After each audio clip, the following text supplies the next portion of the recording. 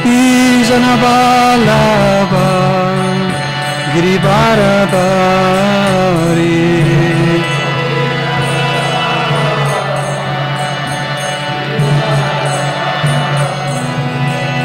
Yashodanandana Brajajana Ranjana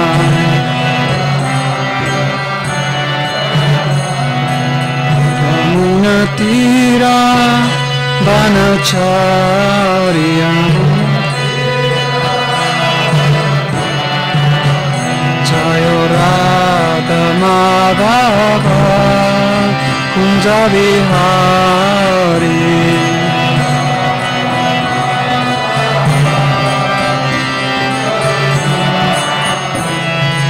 Gopijana Vallabha Girivaradhari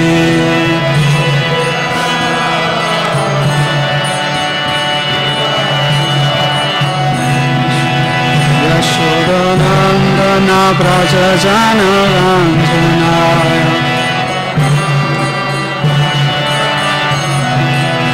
Yamunatira Vanacharya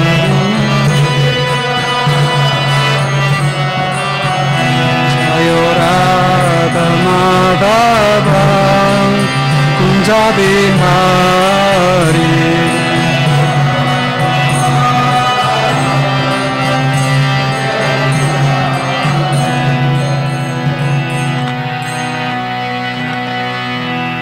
Srila Prabhupada ki Shaya Om Vishnupat Paramahansa Parivraj Acharya Tottara Shata A.C. Bhaktivedanta Swami Prabhupada ki Shaya Om Vishnupat Paramahansa Parivraj Acharya Tottara Shata Shri Srimad Bhaktisiddhanta Saraswati Goswami Maharaj Srila Prabhupada ki Nanta Koti Vaishnava Vrinda ki Namacharya Srila Haridas Thakur ki Prem se kaho Shri Krishna Chaitanya Prabhu Nityananda Shadvaita Gadadhara Shivasadi Gaur Bhakta Vrinda ki Shri Shri Radha Krishna Gopa Gopinath Shama Kunda Radha Kunda Giri Govardhan ki Shri Vrindavan Dham ki Shri Mayapur Dham ki Shri Jagannath Puri Purukshottama Ksheta Dham ki Ganga Mai ki Yamuna Mai ki Bhakti Devi ki Srimati Tulsi Devi Maharani ki Grantara Srimad Bhagavatam ki Samaveta Bhakta Vrinda ki Nitai Gaur Premanandi. All glories to the assembled devotees. All glories to the assembled devotees. All glories to the assembled devotees. All glories to Sri Sri Guru and Sri Gauranga. All glories to Srila Prabhupada.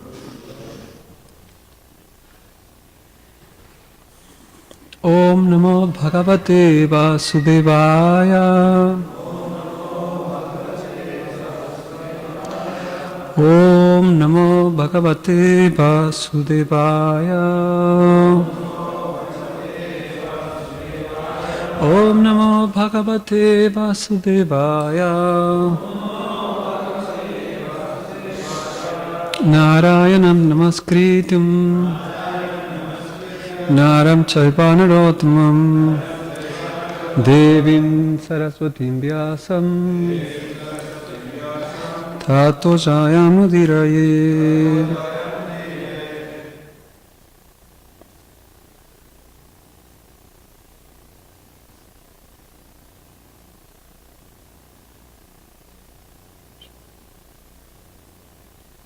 Karoti Vishwastiti Samyamodayam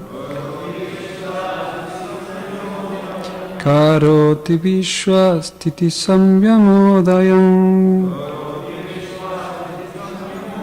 Karoti Vishwastiti Samyamodayam Yasyepsitam nepsitam ikshitur gunai Yasyepsitam nepsitam ikshitur gunai Yasyepsitam nepsitam ikshitur gunai Maya yathayo brahmate tat ashrayam Maya yathayo brahmate tat ashrayam Maya yathayo bhramate tad ashrayam. Grav no namaste guna karma sakshine. Grav no namaste guna karma sakshine. Grav no namaste guna karma sakshine. Karoti vishwastiti samyamodayam. Karoti vishwastiti samyamodayam. Yasyepsitam nepsitam ikshitur gunai. Yasyepsitam nepsitam ikshitur gunai. Maya yathayo bhramate tad ashrayam. Maya yathayo bhramate tad ashrayam. Grav no namaste guna karma sakshine. Grav no namaste guna karma sakshine. Karoti vishwastiti samyamodayam. Yasyepsitam nepsitam ikshitur gunai. Maya yathayo bhramate tad ashrayam. Grav no namaste guna karma sakshine.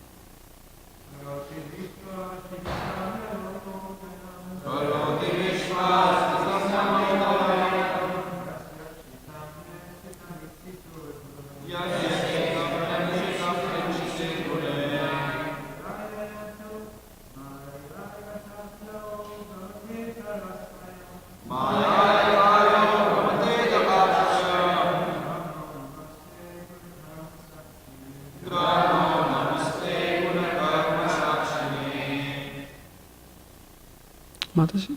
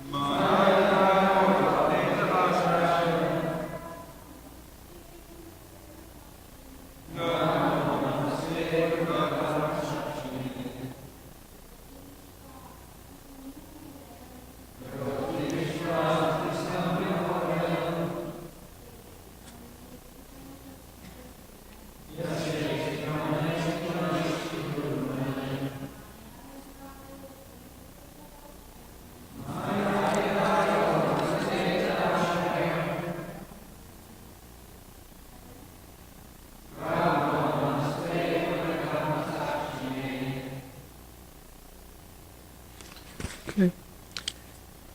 Karoti, performing, Vishwa, of the universe, Sthiti, the maintenance, Samyama, winding up, Udayam, creation, Yasya, of whom, Ipsitam, desired, Na, not, Ipsitam, desired, Ikshituhu, of the one glancing over, Gunaihi, with the moods of material nature,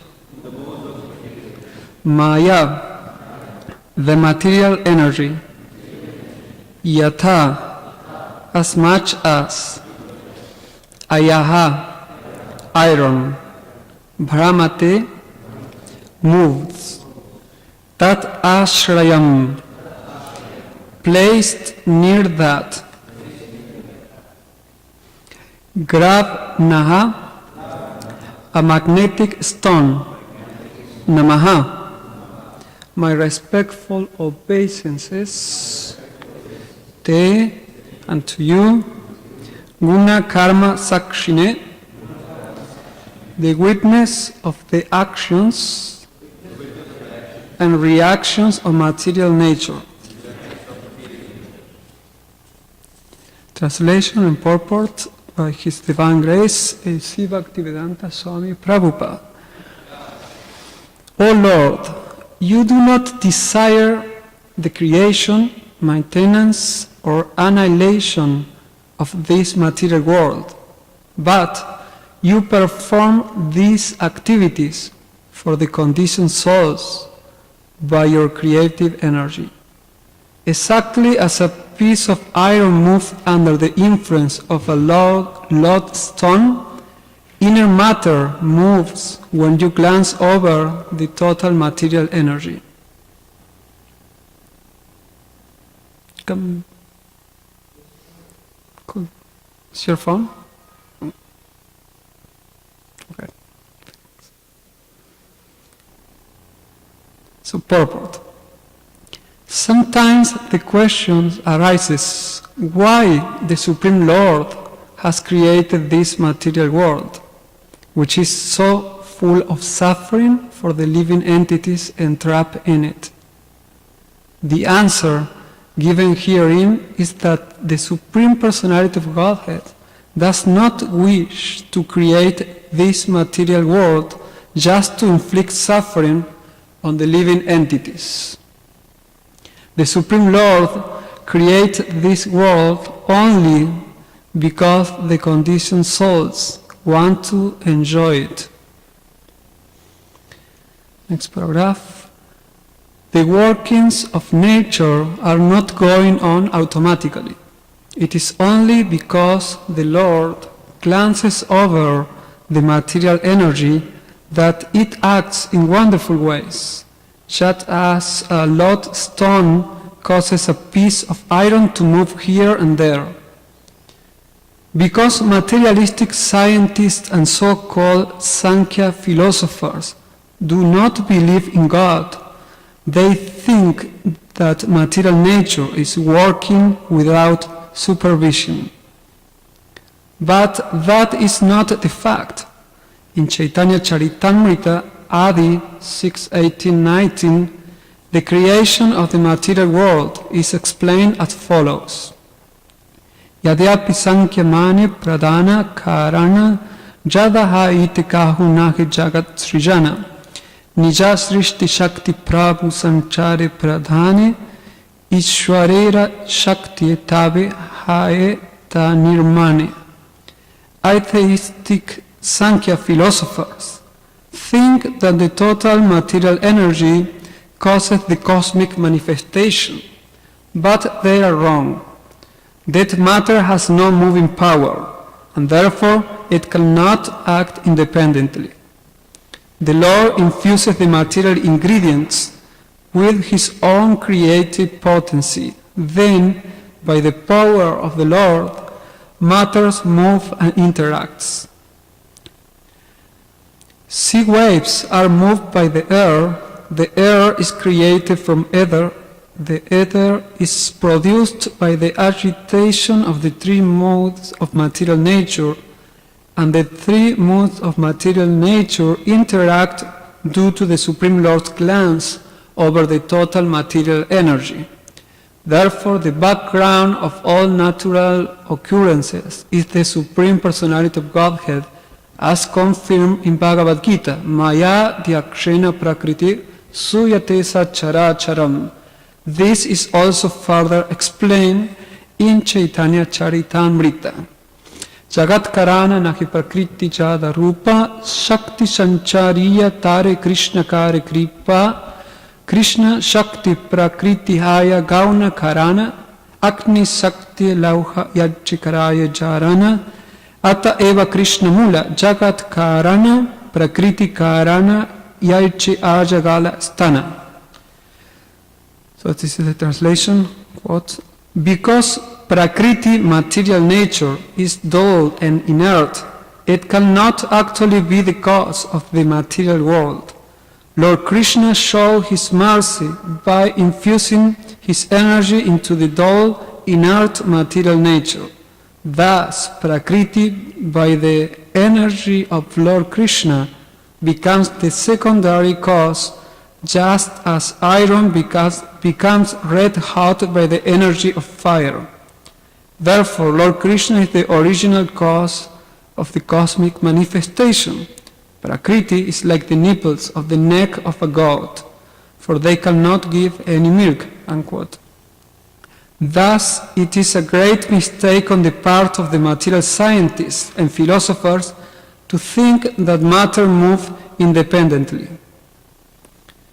Om Ajnanati Mirandasya Gyananjana Salakaya Chakshuru Militam Yena Tasmai Sri Gurave Namaha Mukam Karoti Vachalam Pangulangayate Girim Yatkripatamaham Bande Shri Gurun Dinataranam Vanchakalpatarubhyascha Kripa Sindhubhyaevacha Patitanam Pavanebhyo Vaishnavebhyo Namo Namaha Shri Krishna Chaitanya Prabhu Nityananda Shri Advaita Gadadara Srivasadi Gaura Bhakta Vrinda Hare Krishna Krishna Krishna Hare Hare Hare Rama Rama Rama Hare Hare. So we continue with the prayers of Mother Bhumi, Mother Earth. And here is being highlighted the point that this material creation that is not the best place for enjoyment. And we may blame who did that. Who did this world which is full of suffering. This is a reason some people don't believe in God, because they say if there is a God who is all loving, how he can create this world where there is so much suffering going on. Like just in Chicago, it's one of the cities where more people get murdered. A lot of people every month are killed. Like,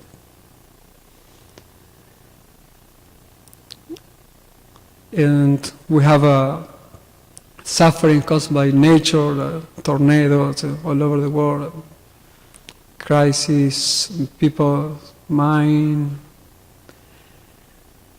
So one may say, why God is creating this? When we are in travel, we have that nature of pointing to others. So this world, if there is a God, so he is in fault for creating this. And to have that desire of putting the living entities in this suffering. Other people say, okay, there is no one created this world, because who can be responsible for being such a hateful personality who will create this world where people are suffering. But this verse, Mother Bhumi, has another approach. She's taking her own, let's say, she's taking responsibility and acknowledging that. She's saying that you didn't desire, Krishna, to create this world. So all the suffering that we are going through, like especially Mother Earth, she has to endorse a lot of suffering. She's one of our gurus because she exemplifies tolerance. And she's addressing the Lord in a humble mood. She's not trying to say to the Lord that, look at what you did. No? You place us in this world. Now, what to do? But she's just acknowledging that you didn't desire this. We desire. We desire to be here.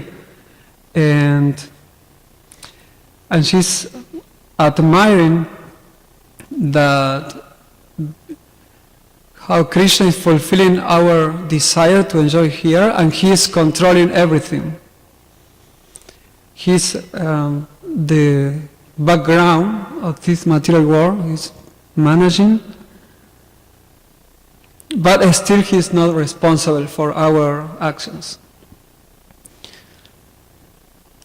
So in the first paragraph, Prabhupada is addressing this. He's explaining that sometimes the question arises why the Supreme Lord has created this material world, which is so full of suffering for the living entities entrapped in it. The answer given herein is that the Supreme Personality of Godhead does not wish to create this material world just to inflict suffering on the living entities. The Supreme Lord creates this world only because the conditioned souls want to enjoy it. It's a very fundamental point. I remember when I was a child, I have a toy. It's a very helicopter. How do you call the hélices? Propellers to make the helicopter fly. So I have a very nice helicopter that I saw in the TV, and then I asked my father to buy. And he got it, but the first time I make it fly, it fly very nicely, but then fall down. When it fall, the propellers break down. So I was crying. And so my father said, no, don't worry, I will fix it. So he started with some stick elements. He fixed it, the propellers, but he told me, but don't use it now, because you have to dry. So if you use it now, it won't work. It will break again. And I was saying, oh, but after 1 minute, can I use it now? He said, no. So 2 minutes, can you use it now? It seems it's okay. He said, no, don't use it because it will break. And I said, but I want to use it. It seems it is ready now. And he was telling me, don't use it because it will break again, and then we cannot fix it again. And so he left, and I used it. And I very happily, I make it fly, and surely it break down. And then I blame my father. Why you didn't? You allowed me to do it. He said, you wanted to do it. I told you not to do it. He said, but why you didn't explain me more? And he said, he didn't say anything else. He said, "You want it, you deserve it." So in this, my reaction was immediately I didn't take responsibility and I started blaming him, although he advised me. So in the same way, this material world, we complain, like we complain to Krishna or to anyone else, but the scriptures, they tell us that it's our fault to be here. We desire this. Like, I think it was Indradimna Swami, if someone knows, this pastor can correct me, that he asked Srila Prabhupada as an argument. I don't know if it was him or he told the story. But let's say a Prabhupada disciple, he wanted to leave the movement and was trying to find an excuse, philosophical excuse.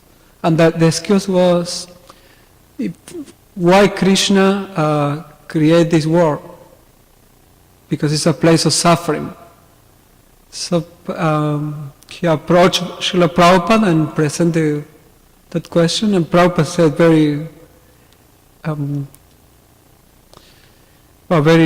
in an intense way, he explained, you created it, so you desire it. And he smashed the argument. And that devotee stayed in the movement after that. So to swallow this truth is hard for a conditioned soul like us, or at least like me, because it's just not a theoretical thing.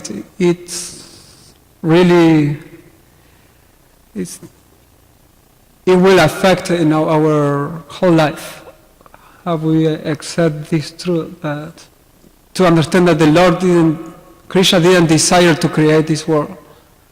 This world is just a reflection of our desire.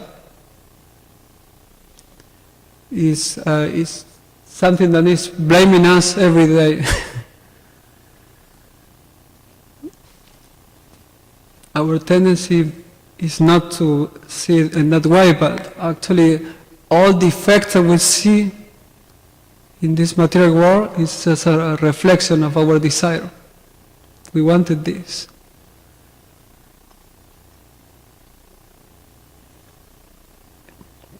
Anytime we understand the truth of the scriptures, and there is a response, a reaction to that truth, and people will react in different ways. So therefore, accepting the existence of God is not an easy thing. It's not just a question of the people don't accept, or scientists, they don't accept God in their life just because it may not be logical or not, but mainly because accepting the existence of a Supreme God, and especially accepting that God is all-loving, is a hard one, because it will require a new way of acting. If you accept it, you have to change. Therefore, scientists are intelligent. Those who don't believe in God, they also got intelligence, and they know that if they accept, if they give credit that this world has been created by a personality, they have to change. Because it's not like some people accept God just because of custom or tradition. So for them it's easy to say, okay, there is a God, but their life are more or less the same than the life of an atheist. They don't. They also perceive the world in the same way, but the only thing is that when you offer a book in the street, they say, I believe in God. I know that. And I have my religion, etc. But people who are more intelligent, they have to really think about that. If there is a God, I have to. If I will accept it, I will have to really change myself, and therefore it's very hard for some people to accept God, especially for scientists, because they have to change their whole approach. So, but we'll read a part of Srila Prabhupada. The workings of nature are not going on automatically. It is only because the Lord glances over the material energy that it acts in wonderful ways, just as a lost stone causes a piece of iron to move here and there. Because materialistic scientists and so-called Sankhya philosophers do not believe in God, they think that material nature is working without supervision. So we know in Bhagavad Gita, Krishna himself, he explained, Maya dakshena prakriti suyatesa characharam, that this material creation is working under his control. Although we know he didn't desire, but he's controlling. There is no way for us to control this material world. However, very intelligent people, so-called intelligent people, they say that this world is just working because of different random reasons. But we see around the order everywhere. Therefore, cosmos is the universe is called cosmos because cosmos means order. So we see order everywhere, and we accept also everywhere that someone is conducting, so like the lights in the streets, they change all the time, but every intelligent people, they accept that the lights are being managed by another people. So if it's in Chicago transit, for 1 minute, the people who are working, controlling the transit, stop working, there will be chaos all over. The CTA train, if nobody is controlling it, there will be chaos. There will be chaos in the airplanes if nobody is controlling. So, therefore Krishna said, Sutre mana, what is the verse? Maya idam sarvam pratam sutrimani ganaiva. The Krishna is in the background, as a thread is sustaining the pearls on a collar. Krishna is sustaining this creation. And it seems something very simple to see for everyone here. It's obvious, but for some scientists that is not obvious because they need some proof, etc.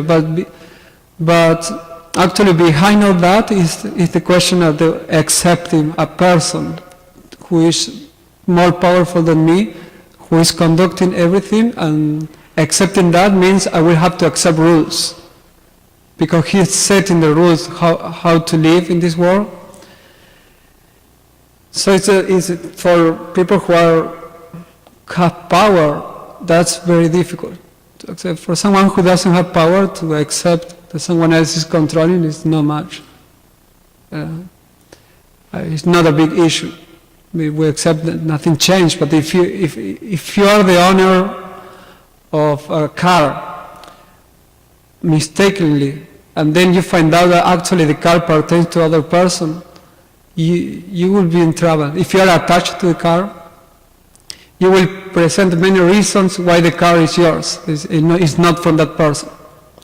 So in the same way, the way human beings behave is as this world pertains to us.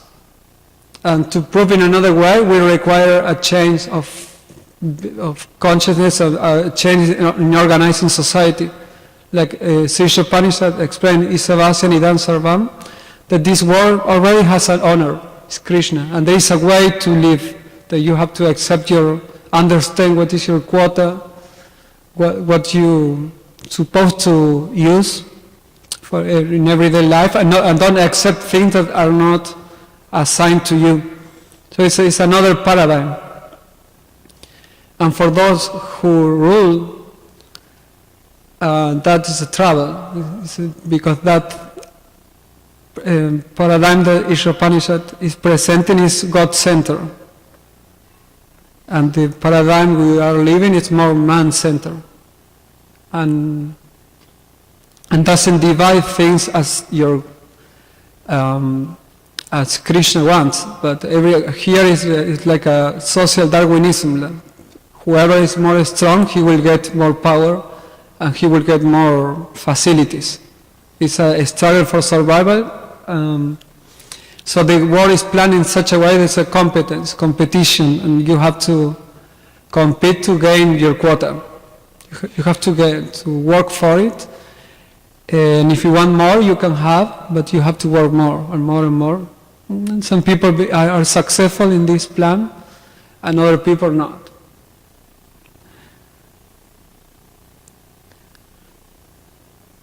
So this is the point I want to make, that there is a great change on behavior if we accept or we don't accept the existence of God. And also, once we accept the existence of God, there is another big step to accept that we desire this material creation. We desire to be here. We are suffering from our own decision. We are responsible for the enjoyment and for suffering here. Then another point of account from here is why we believe in the Vedas. Because there are, Prabhupada explained that in other part of his mission, that there is no way to prove actually that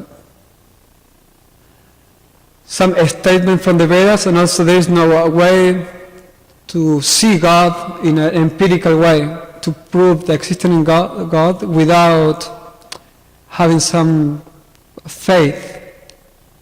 You can say by logic, but finally you need faith, because faith is related to humbleness and acceptance. So you really need to accept something. However, in the world we are living now, there are many, and Prabhupada also give instruction that we have to, some devotees who are into the science field, they have to write books and convince people through different arguments. But finally, what is required for a bhakta is only to accept the scriptures, the truth of the scripture, because there is many truths are not, there is no way to prove them, because we don't have the experience, like these prayers that are occurring in different parts of the earth or the universe, and we cannot see them, and we cannot see Mother Earth. We can perceive, feel, but we cannot see her. So all these things, we can use the logic, but at one point we don't have the power to prove them. So Prabhupada just give a simple solution, which is just to understand our position as a very little creatures in the universe. That we are like ants in a garden, and we don't have much power to understand what's going on. So we just have to accept and trust in whom.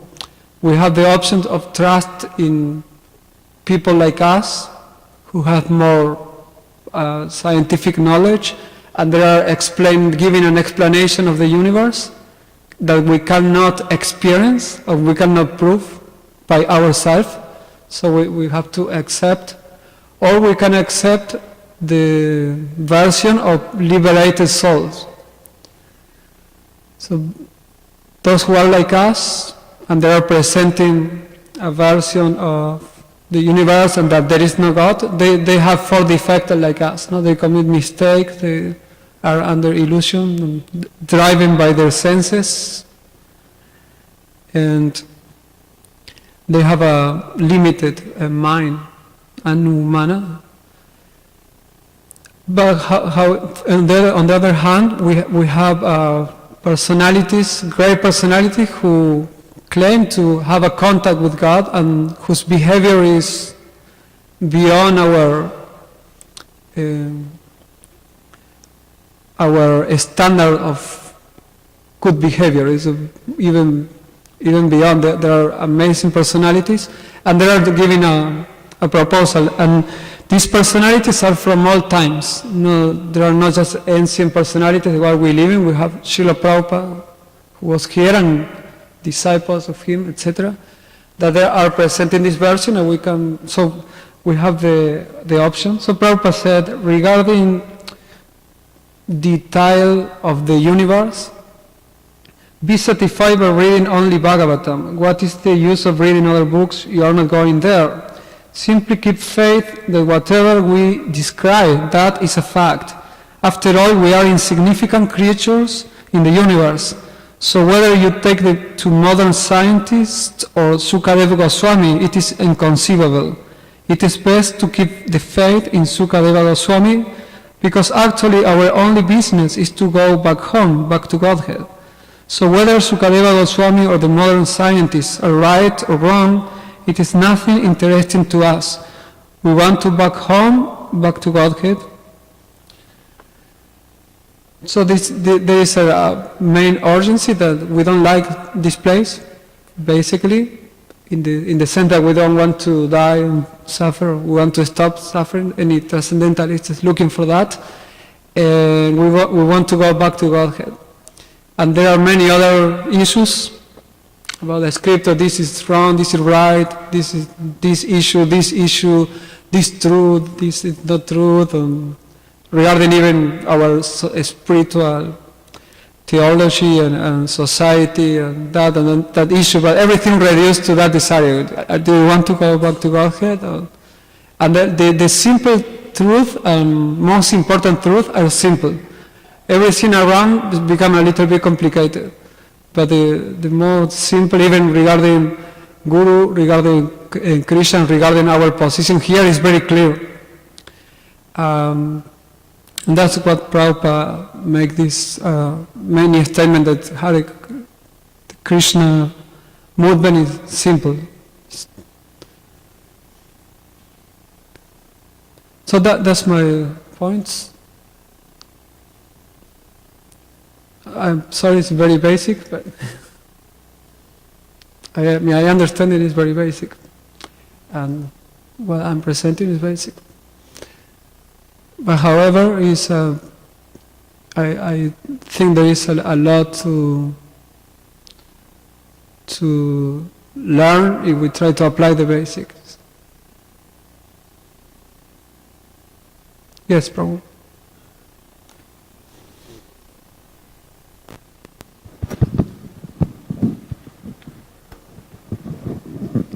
In the purport, Prabhupada says, sea waves are moved by air. The air is created from ether. Okay. The ether is produced from the educated of the three modes of nature, and the three modes of nature interact due to the Supreme Lord's glance over material energy.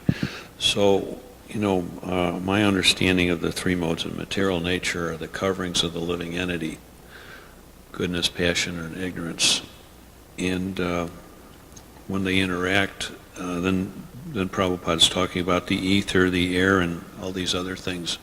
So that leaves maybe a little room for discussion.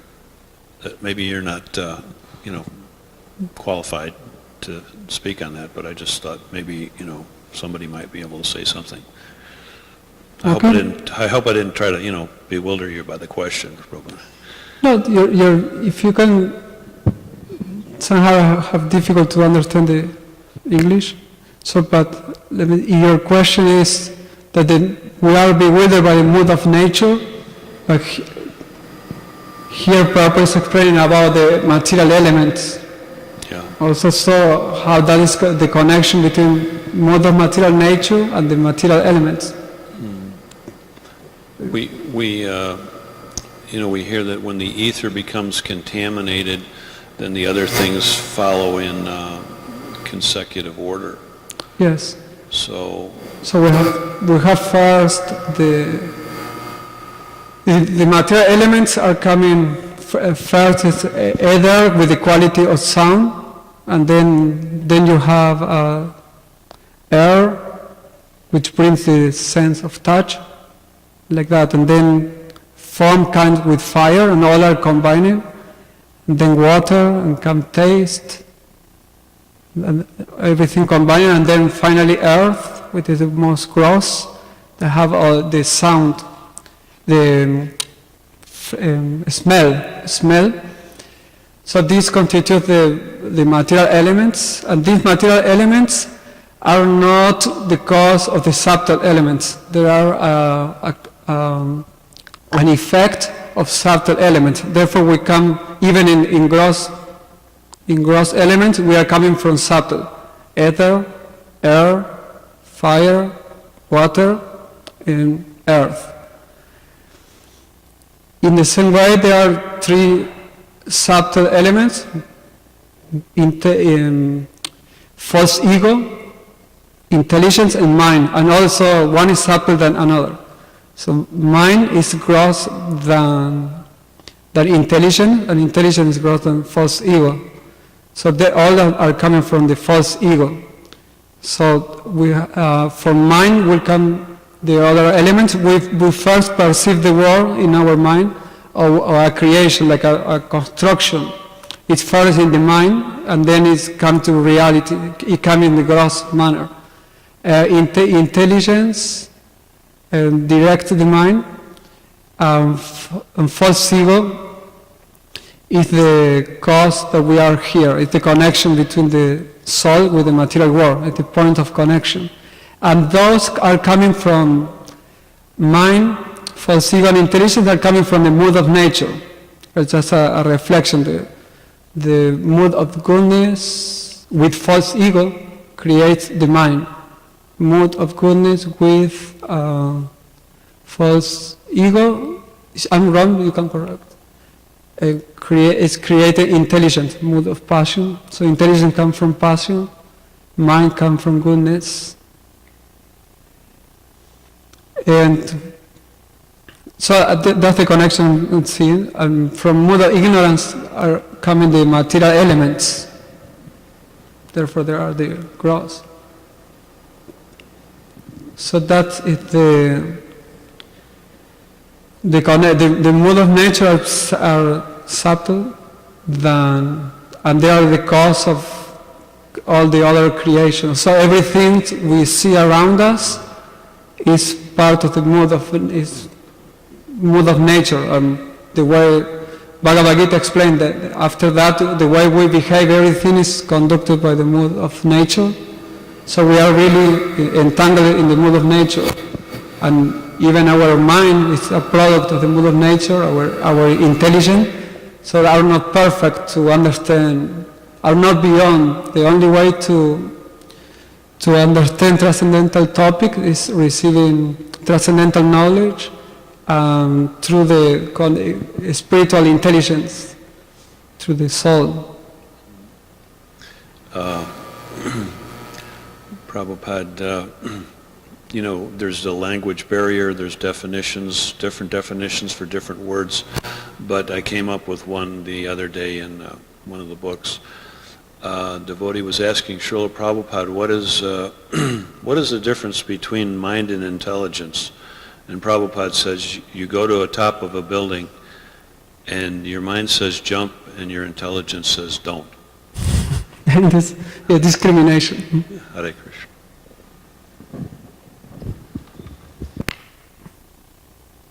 Intelligence has the power of discrimination, and the Shastra represent that intelligence also, the power of discrimination, because whatever decision even a society takes or whatever, if it's not guided by the scripture, it will be also a product of the mood of nature, or even mind. So as a child has parents to guide their intelligence, and we have the spiritual master and the scripture to guide us, to do discrimination.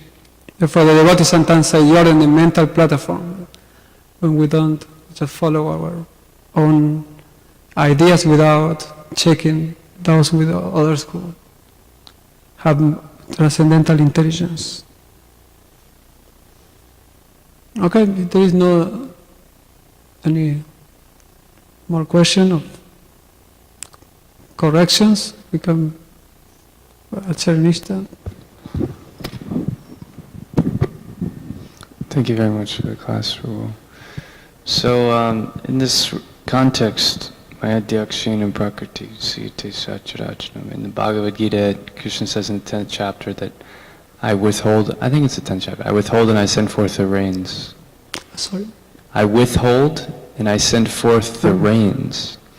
So how do we understand, I mean, every time it's raining, we understand Krishna is making that personal decision, okay, let me send forth the rain. Of course, he's situated in Vrindavan and his super soul expansion, but those type of statements, how do we understand them? There is an, God is responsible in the creation in an indirect way. That's through his energies. He is directing this world in his Avyakta Murti, a manifestor form. And in his manifestor form, he is enjoying in Vrindavan, in his personal role as the supreme enjoyer. Like the verses that Prabhupada quotes in this verse are explaining the Advaita Acharya position, who is Mahavishnu. So, how Krishna is expanding into, well, first Balaram, then Balaram in the fours, Sankarsha, Pradyumna, Niruddha. And then from there come another expansion, and finally come the Purusha avatars, whose Mahavishnu is the one who created the universe, and Garbhodakasaya Vishnu enter in every universe, and then as Kshirodakasaya Vishnu enter in every atom. So as Paramatma, he is present, Kshirodakasaya Vishnu, in all the creation, and as Mahavishnu, he's just lying. In every case, the Purusha avatars have the aspect of enjoyment, because they are not doing anything. And Krishna is just lying down, and then from his navel is coming Lord Brahman, or the lotus flower, and then Lord Brahman. So even though he's not responsible, like thinking, I'm sending the rains, I'm not sending the rains, he's just there. And as Paramatma, he's sanctioning everything, but he's also impartial. He doesn't do anything, but he has his different agents. We know the demigods, we know that Indra is in charge of the heavens, and as a government, as Prabhupada explained, or king, he's present in all his kingdom by his different energies, or different personalities who are taking care. So in one sense, it's not Krishna who is taking care of deciding when is raining in Chicago, when is not raining. In one point, there are many factors that nature, us, and Krishna as the son, as one who is making the sanction.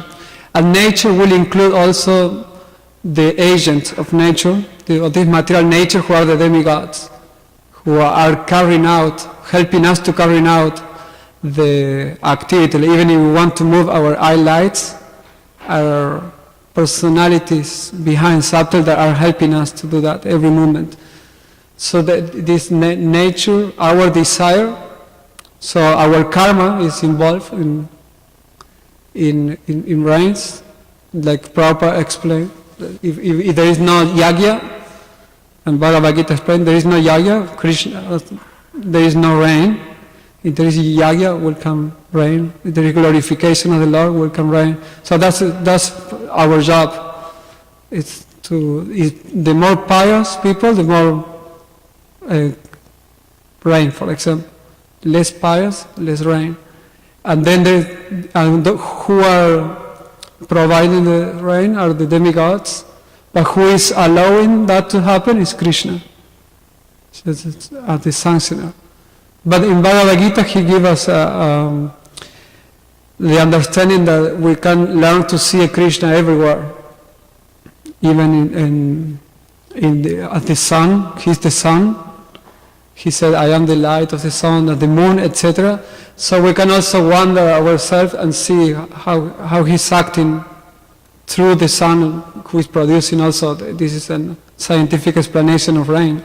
How the sun is taking the water from the ocean and then distributing all over the planet in an amazing way. Not taking instead of using machines, it's just making the water more subtle and transporting in form of clouds and then pouring rain all over. It's an amazing process. And this is also the intelligence of Krishna is coming from. So I don't know if that answers your question, but Bhagavad Gita explained the three doers and maybe in a devotional way we can see. Like devotees chant the holy name, they do kirtan. Machandamali Swami said that the devotees claim we can make this city in New Vrindavan. They went to the Raya, there was a drought, and the devotees claim that they can make the city, bring rain again to the city. So they were invited to a radio, and so they chanted the holy name, and the person who was conducting the radio, he explained to everyone, Hare Krishna, are saying that if you chant all together with them, rain will come back. So let's try. And so the devotees were leading the kirtan, and people in their homes, they were asked to chant. And then a few hours later, it was raining. So this is another way to see as the directly coming everything from God. But there are other different angles, vision you can see from karma, from doer, from that. But Krishna is involved more in an indirect way with this, with the creation. This is the indirect cause and the efficient cause. This is Krishna in Goloka Vrindavana. The indirect cause is his material energy, and Mahavishnu glancing over material nature. Okay. Thanks. You have something to say? No? Okay. Okay, Srila Prabhupada ki jai, Srimad Bhagvatam ki